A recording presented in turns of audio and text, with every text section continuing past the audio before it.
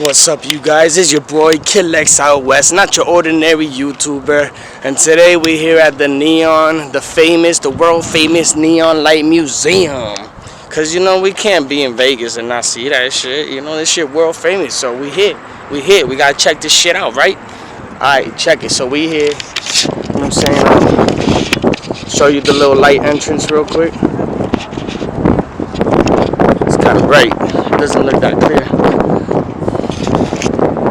Oh, there we go.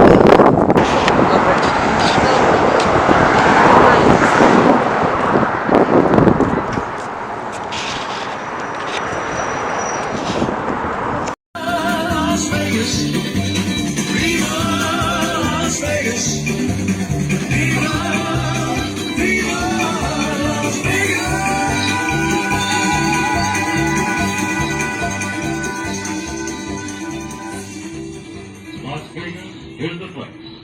They can do it. The lure of the past and all her colorful trappings.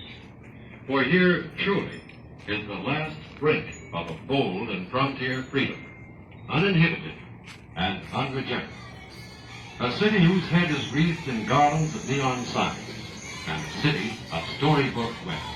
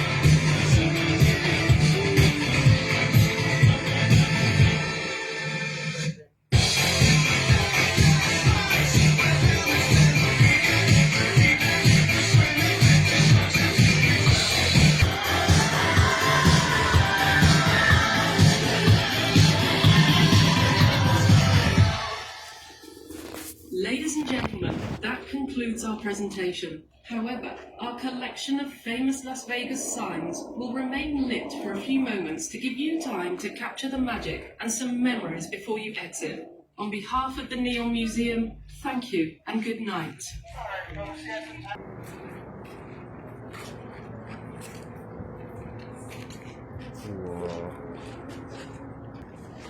Howdy friends, welcome to the Boneyard. It's split up into 4 different parts. Part 1 is downtown Las Vegas, where it all began.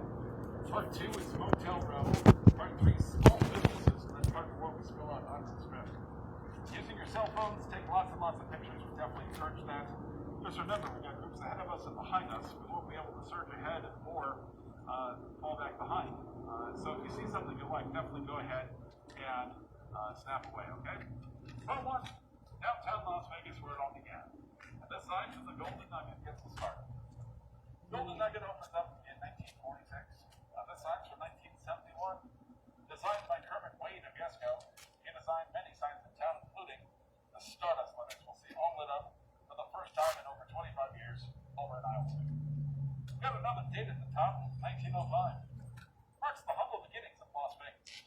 We're a tiny little railroad stop, splitting the difference between Salt Lake City and Los Angeles. A guy by the name of William Andrews Clark, he was a Montana senator, very wealthy, land baron, owned the water rights in the area, railroads in the region. He was instrumental in literally putting Las Vegas on the map. We're standing in Clark County, named after this gentleman. You take a look at the center of the sign. It's like a giant potato, doesn't it? It's actually golden nuggets. It's a lot more apparent as it was 50 years ago. It still has the chaser lights on it. Right now, what can I say? It looks like a giant spud. I'll throw another date at you. 1931, important for Las Vegas. Gambling was legalized in 31. We always had the loose marriage laws, but in 1931, we loosened the divorce laws as well.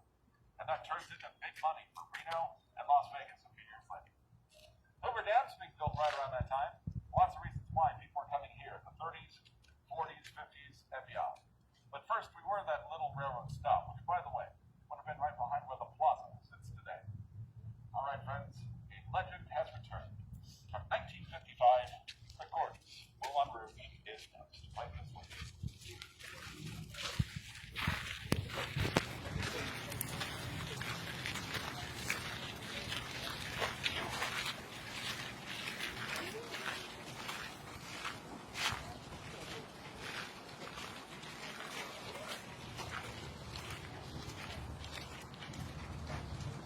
We had the lighting ceremony for this sign just last Wednesday, so you are among the first groups to see this beautiful sign come back to life.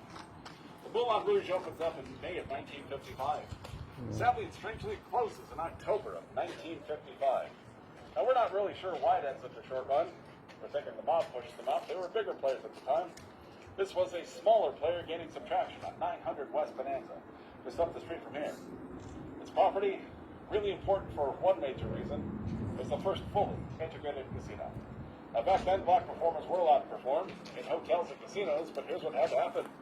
They'd have to enter through a back service entrance, walk on stage, do the show, exit immediately to the kitchen. Not allowed to greet the public after their shows. Not allowed to stay in the hotels they're performing at. In 1960, we end segregation in Las Vegas, in large part because of this property here, the Moulin Rouge. Beautiful Parisian font that you see here was designed by Betty Willis. Vegas Boulevard. Think of where the Strat is today, a little bit further south of this. Takes on a desert theme. The Yucca plant's very prevalent in our beautiful Mojave Desert. This is a directional sign. The arrow would have been pointing at the motel itself. This is the oldest sign of the Boneyard, still operational, from 1940. It's another directional sign. That arrow would have been pointing at the hotel court. Fremont Street and Maryland Parkway, east of the Fremont Street experience. Let's take a look at the amenity that they're offering. Steamed heat. I think I'll pass for tonight, but what I do believe it was, the old school radiators for those crisp January and February evenings we do get here in Las Vegas. Tips.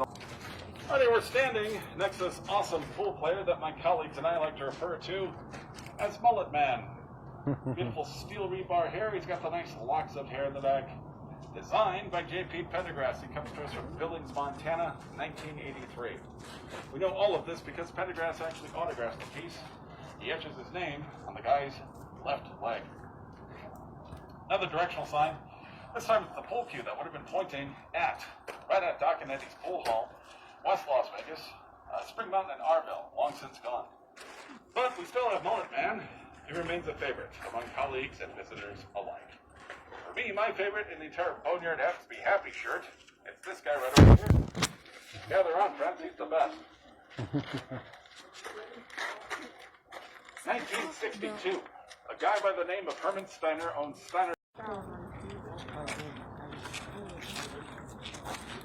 Right before he got vaporized by the Annette Bening character. Incidentally, Boneyard is an industry term. It's where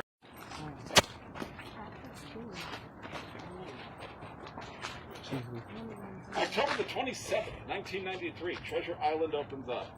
This guy actually had a twin. They were overlooking that cute little pirate show that opened in 1937. This sign's from 1950. You've been to Pawn Stars. That's where the Nevada Motel used to stay. Garces and Fifth Street. Fifth Street later becomes Las Vegas Boulevard, by the way. You take a look at the character at the very top that is an earlier edition of Vegas Vic. Most notably, the cowboy from the Pioneer Club, the Howdy Partner guy. Well, he makes a lot of appearances on signage back in the day.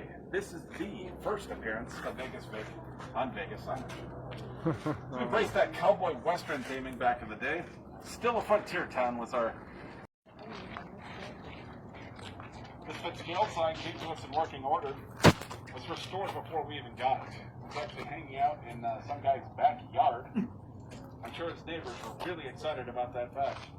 Anyways, a guy by the name of Don Barton owned Fitzgerald's at one point. African-American, first African-American to own a hotel and casino right here in Las Vegas. Fitzgerald's shelf life was 1987 to 2012. It's no longer with us. It's now the D, owned by Derek Stevens. The D stands for Detroit, Michigan. He's honoring his home city of Detroit. It's opened up in 1951. This sign is from 1989. Benny Binion, interesting character to say the very least. He was a Texas gambler, needed to make a quick exit out of the state of Texas, though.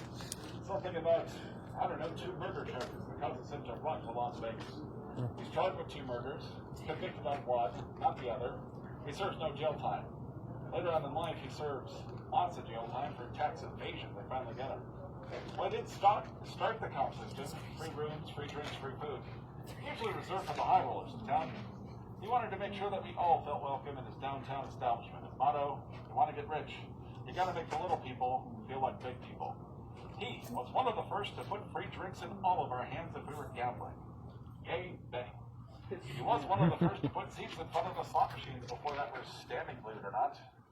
Smart man, he wanted you nice and comfortable seated. Drinking, gambling.